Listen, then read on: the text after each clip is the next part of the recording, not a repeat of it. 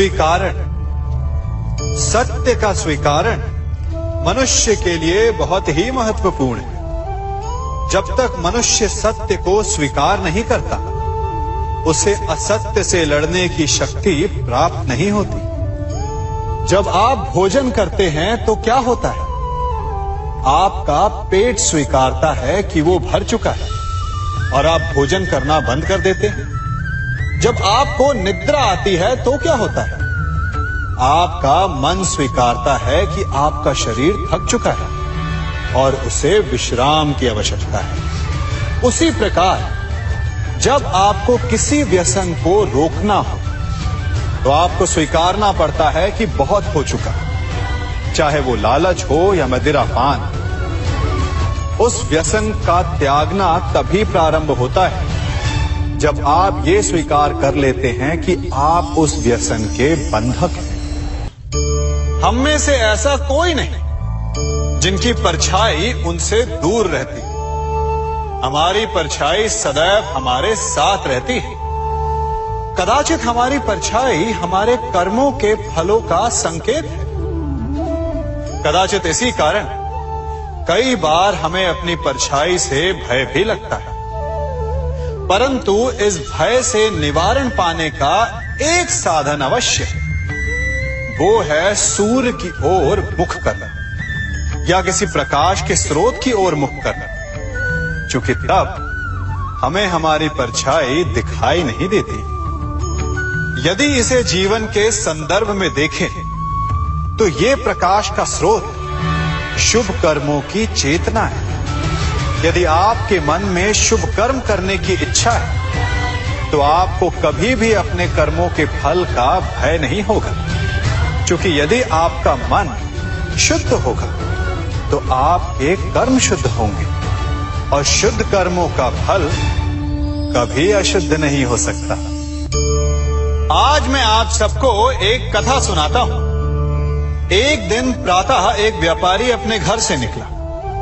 घर से निकलते ही एक बिल्ली ने उस व्यापारी का मार्ग काट दी। व्यापारी घबरा गया। वो फिर से घर लौट गया और शुभ घड़ी की प्रतीक्षा करने लगा। और जब वो पुनः अपने घर से निकला तब वो वाहन जा चुका था जिससे राजा तक पहुंचकर उसे भेंट देनी थी। राजा को भेंट नहीं मिली। राजा क्रोधित हो गए। राजा ने उस व्यापारी का व्यापार बंद करवा दिया। इस कारण व्यापारी क्रोधित होकर घर पर अपनी पत्नी से लड़ बैठा। पत्नी अपने बच्चों समेत मैके वापस चली गई और उस व्यापारी के जीवन में यदि कुछ रह गया था तो केवल अंधकार। और इन सब का कारण वो उस बिल्ली को मानता रहा जिसने उसका मार्ग काटा था। ऐसा ही एक दूसरा व्यापारी राजा को भेंट देने निकला और उस व्यापारी का मार्ग भी एक बिल्ली ने काट दिया। वो व्यापारी तनिक घबराया, परंतु उसने आगे बढ़ना अधिक उचित समझा। राजा तक वो समय पर पहुंचा। उसने राजा को भेंट दी। राजा प्रसन्न हुए और राजा ने व्यापारी को अपना व्यापार बढ़ाने की अनुमति दी, स्वर्ण आभूषण दी। जब व्यापारी घर पर पहुंचा तो पत्नी को आभूषण और अपने बच्चों को देने के लिए वस्त्र थे उसके पास। हर ओर प्रसन्नता थी। समझ रहे हैं ना? दोनों के साथ एक ही प्रकार की घटना हुई, परंतु दोनों की प्रतिक्रिया भिन्न थी। ऐसा ही हमारा जीवन भी है। हमारे जीवन में प्रारब्ध का अपना स्थान है, परंतु उससे कई अधिक महत्वपूर्ण हमारी प्रतिक्रिया, हमारे सोच का प्रभाव है, क्योंकि यही हमारे जीवन को आकार देते हैं। इसलिए अपनी सोच को सकारात्मक रखिए। आपका जीवन सदैव आनंदमय रहेगा। आप इन दो पात्रों को देख रहे हैं।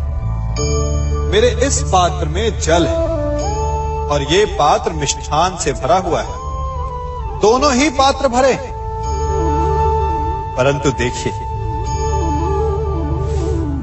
मिश्री को जल में मिला दिया। जल ने मिश्री को अपना लिया। मिश्री ने अपना अस्तित्व खो दिया, परंतु जल को अभिमान है कि उसका अस्तित्व अभी भी बना हुआ है।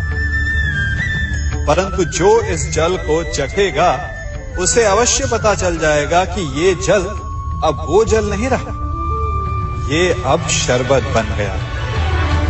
हमारा त्याग, हमारे बलिदान भी ऐसे ही होते हैं। जो इस बात को अनुभव करते हैं वो समझ सकते हैं कि कैसे हमने समय की धारा को बदल दिया।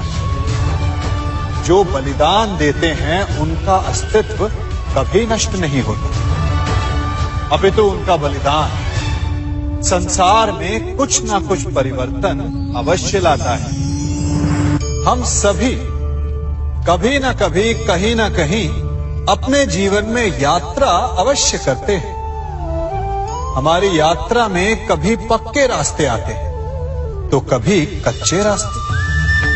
पक्के रास्ते मनुष्य बनाता है और कच्चे रास्ते जानते हैं कैसे बनते हैं?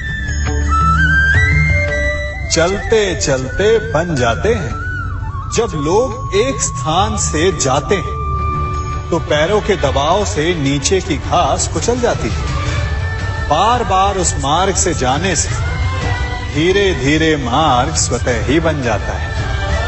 और यही जीवन है, यही नियति है। जब आपके जीवन में आपको मार्ग ना मिले तो रुकिए नहीं, आगे बढ़ते रहिए और आपके पैरों के दबाव से मार्ग स्वतः ही बन जाएगा।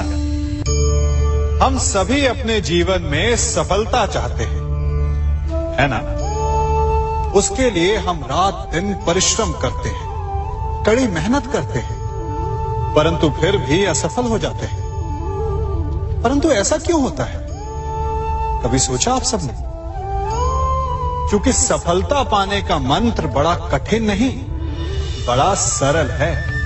उचित विचार, उचित समय, उचित स्थान पर उचित प्रहार। जब आपके विचार, समय, स्थान और प्रहार यानी परिश्रम उचित है तो सफलता आप ही को मिलेगी। जिस प्रकार एक लोहार लोहे से कुछ बनाते समय उस लोहे के सही ताप तक के आने की प्रतीक्षा करता है और समय आने पर उचित स्थान पर पर्याप्त बल से प्रहार करता है और लोहा आकार ले लेता है, ठीक उसी प्रकार आपकी सफलता भी आकार लेती है। हम सभी को अपने जीवन में कभी ना कभी निराशा मिलती है, असफलता मिलती है और अधिकतर लोग इसके पश्चात भाग्य का रोना लेकर बैठ जाते हैं। कुछ कहते हैं कि जिस स्थान पर मैं हूं उससे कई ऊंचे स्थान पर होने के योग्य था, परंतु नहीं जा पाया। किसी को पीड़ा है कि उसे जो मिलना चाहिए था वो उसे नहीं मिला, भाग्य ही बुरा था। भाग्य क्या होता है? भाग्य वन में खिला पुष्प देवताओं को चढ़ाया जाएगा या किसी सुंदरी की वेणी में वो सजेगा या फिर उसे कुचलकर उत्पाद बना दिया जाएगा। ये सब एक पुष्प के नियंत्रण में नहीं होता, परंतु जब तक उस पुष्प का अस्तित्व है सुगंध बिखेरना उसके वश में अवश्य है। परंतु भाग्य हमारे वश में नहीं, और जो हमारे वश में नहीं उसके लिए दुखी होने से क्या होगा? कर्म पर वश है, वो कीजिए और धीरे धीरे भाग्य आपके वश में आ जाएगा, क्योंकि कर्म ही प्रधान है।